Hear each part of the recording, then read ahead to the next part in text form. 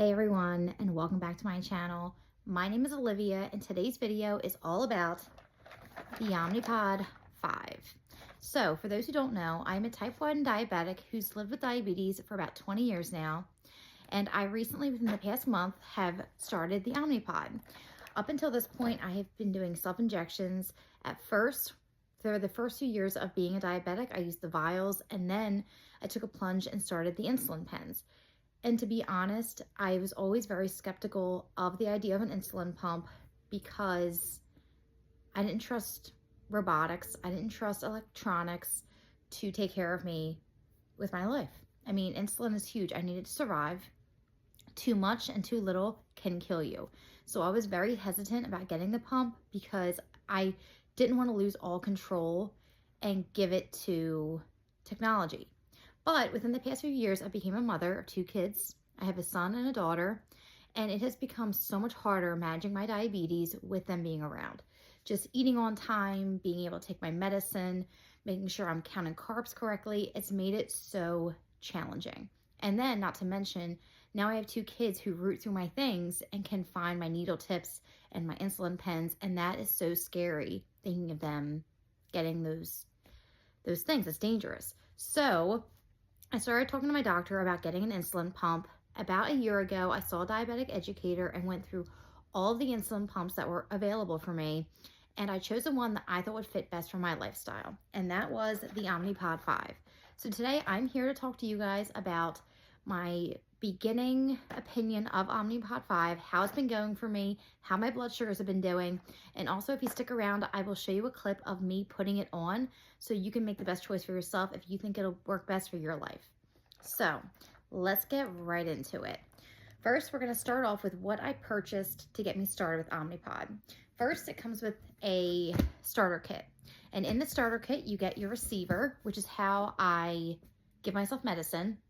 I know that you can use your Samsung device as a receiver, but I'm an Apple user, so I had to get this. But this comes with the starter kit, as well as you get 2 boxes of 5 pods. I will show you what they look like as well. So here's what the inside of the box looks like. And then here is the pod itself. And it also comes with a needle to be able to insert your insulin into the pod itself. It came with 2 boxes of those. And then lastly, it came with some adhesive patches to be able to stick onto the pod if it starts to fall off. You wear them for 3 days. And if you feel like it's falling off, you can throw one of these puppies on there and you'll be good to go. So that's what came in the starter box kit.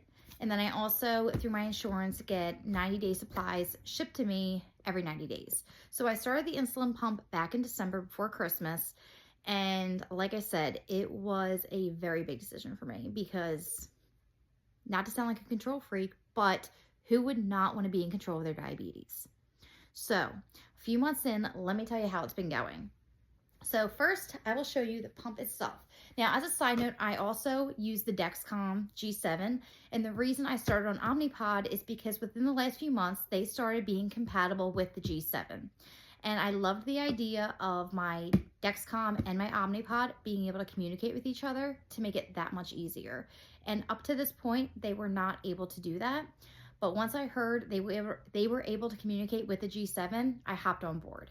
So you can see both of them on my arm right here. They recommend the Omnipod be put on the back of your arm, which was very funny to me because I feel like it's kind of bulky looking there, but now I'm used to it, so it's no big deal. So this right here is the Omnipod, you can see, and then here's my Dexcom. When you're putting the Omnipod on with the purpose to communicate to your Dexcom, you need to have it in pretty appropriate spots. I know that they call it the line of sight. So if the Omnipod is on your back, then the Dexcom also needs to be on your back. Or if it's on your front, then the Dexcom also needs to be on your front. So that way they can communicate with each other. So this works. So when I first started Omnipod, I put it on for the first time at my doctor's office. So my doctor was there to walk me through the whole process. And putting it on, it was a quick pinch, and then for 3 days, I input information onto the receiver. And the only issue I had with insertion in the very beginning was I'm doing it myself. So I will pop in now the clip of me putting it on so you can kind of see how it works putting it on, but it's not like with the Dexcom where you press a button and then it inserts into you. The machine does it for you, which is kind of crazy. So let me pop in that video now, and then I'll pop back on to tell you kind of my big issue with it in the very beginning. Okay, so I have taken off my old pod and now I'm about to put on a new one. And the receiver is currently instructing me to fill up my pod with insulin. So I use a flex pen. So instead of taking my insulin out of the syringe, I'm taking it out of my old Novolog flex pen. And I'm going to inject it into my pod right here. So once it has 85 units of insulin in there, it is going to beep off to let me know that there's enough insulin to move forward. So just inject it right there. And you heard that beep, that means that it's all ready to go. So I'm gonna get rid of this needle. And I did clean my arm off with an alcohol pad, which means I'm ready for the pod. And I am wearing the Dexcom right here. So I just need to make sure that I put the pod on somewhere where it's in line of sight, which means it has to be on the back of my body. So I'm gonna put it actually right next to my Dexcom to make it nice and easy. So to start, you're gonna take this flap and you're going to, well, actually, so sorry. So I filled up the insulin as instructed. I hit next, and now it's gonna prime and kind of get ready. So you're gonna hear your pod clicking, which means that it's basically pumping the insulin through the pump to make it ready to give to you as the user. So that will just take a few seconds to do that. And also, it's always very important to save this little flap that comes with your pod, because if you do have an error and need a replacement pod, you have to call Omnipod, and they need the information on this slip to do it. So one thing I do is I store it in the back of the Omnipod receiver case, so that way I always have it. I don't know if you hear it, but that's the clicking. That means that it's priming and getting ready to go, which means that is good to go.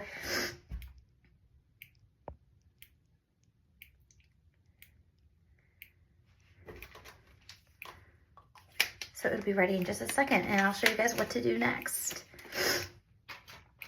So I gotta get rid of one of those days. I don't know.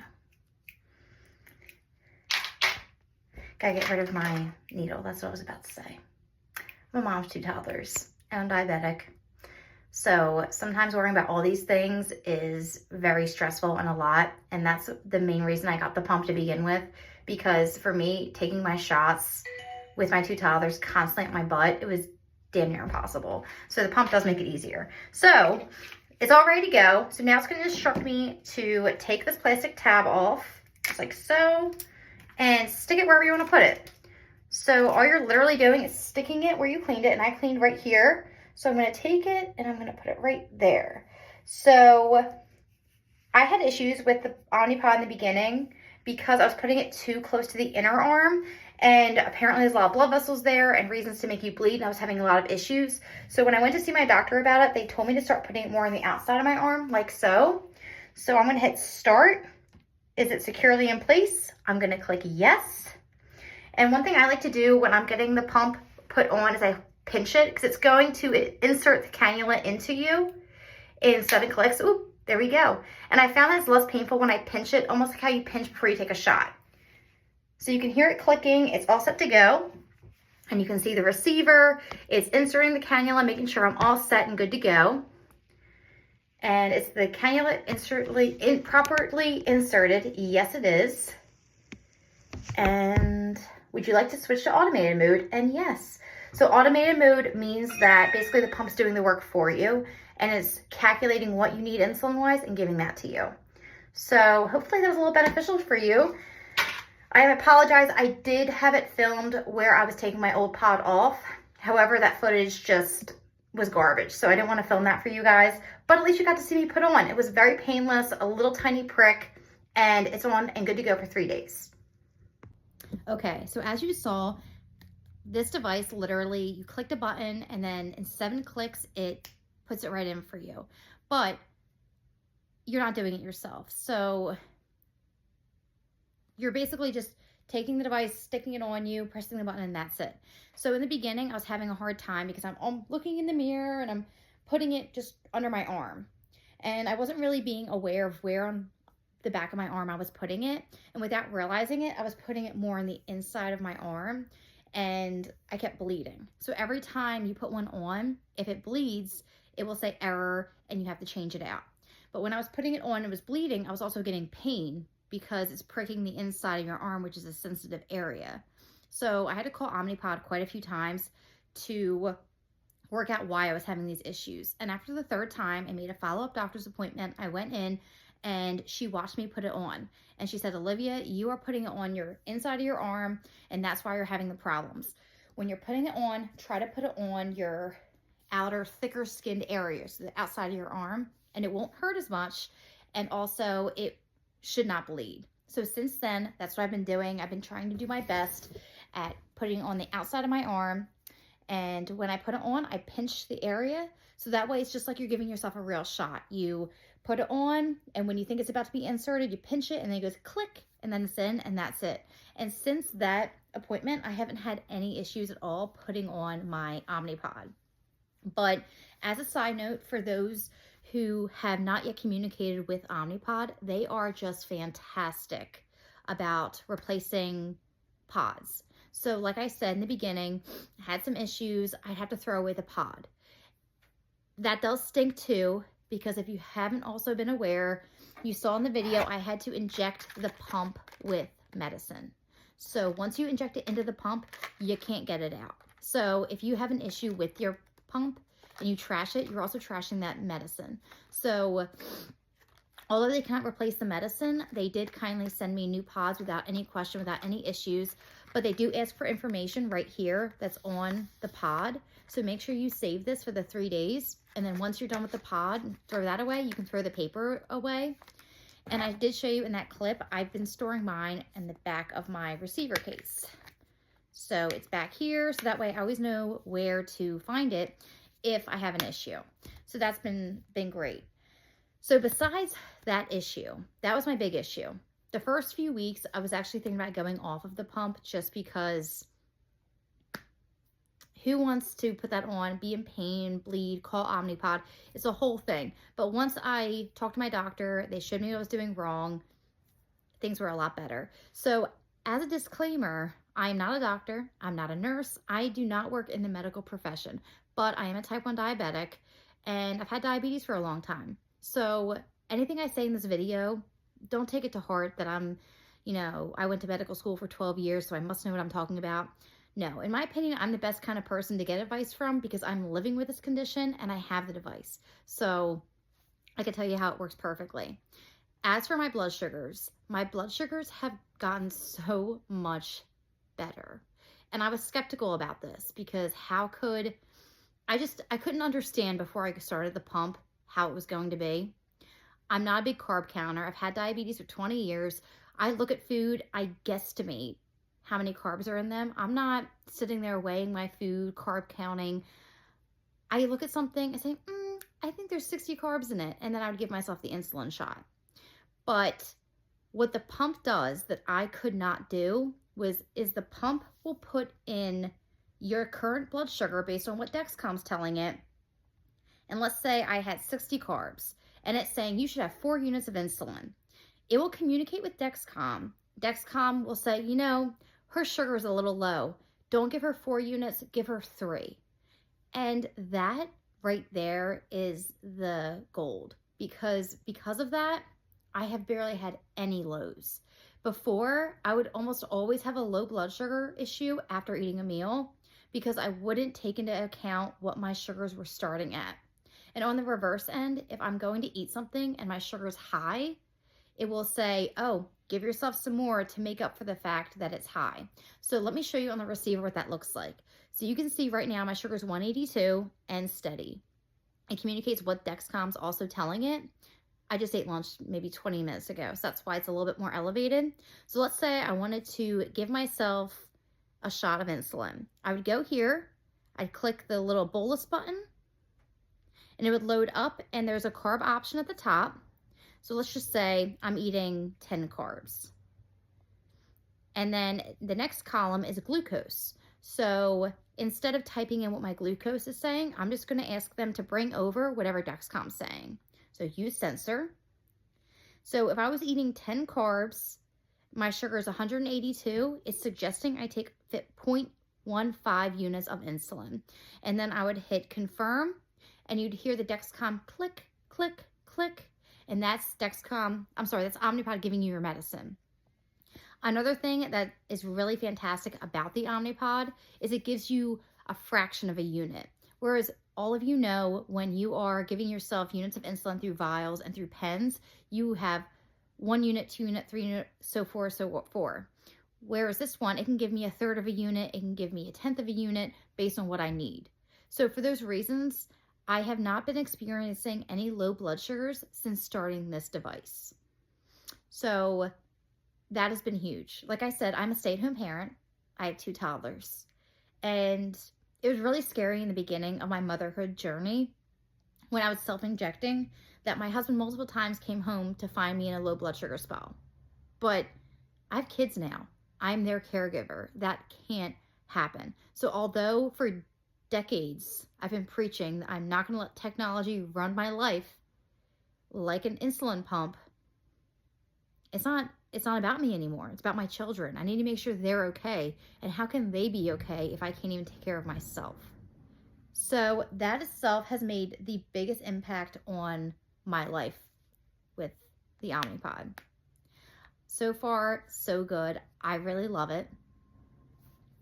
In the beginning, I did say multiple times I did have issues. So make sure you have your doctor or a nurse sit with you, watch you put it on to make sure you're doing it correctly. And from that point on, you shouldn't have any issues. Changing this pod out every 3 days is nothing like giving yourself multiple shots throughout the day. Another fantastic perk of this device is I never realized how insecure I was out in public giving myself shots until now. I just have to bring a little device, type in a number, and that's it. I was out yesterday for lunch with my husband, and we were at Cheesecake Factory. And usually I would, before we get our meal, I'd go into the bathroom, give myself a shot, come back. Stop what I was doing to do that. Whereas now I say, hold on, honey. Do. That's it. I don't have to leave the table. I don't have to be self-conscious about who's watching me, give myself a shot. Nothing. That's all off the table now, and it has been such a relief. But like I said in the beginning of the video, there is no bigger relief than knowing my kids can't get my needles anymore, because that itself is huge. I can leave my purse lying out. The worst thing that can happen is they get the device. But guess what? That's why they have a lock on the device. And until my kids learn how to unlock this, I'm okay. So in a few years when they know technology and they know my passcodes to everything, maybe then I can come back with a problem. But right now, it's gravy. It's great. So I hope this video helped you guys out a little bit today. I know at one point I was a very skeptical type 1 diabetic, so I know I wasn't alone out there, and there are tons of skeptical type 1 diabetics out there too. So I hope that you guys watched this video and this showed you some direction of what you would like to do with your life and your diabetes. My doctor once told me that she has never met a more stubborn person than a type 1 diabetic. She said type 1 diabetics are always the most stubborn people in the world. And I totally believe her. So I know I'm not alone. Thank you for checking me out today. I appreciate it. Please make sure you give this video a big thumbs up. And if you're more interested in seeing more information about diabetes and insulin pumps and my experience, let me know in the comments below. I will check you guys out in the next one. Bye.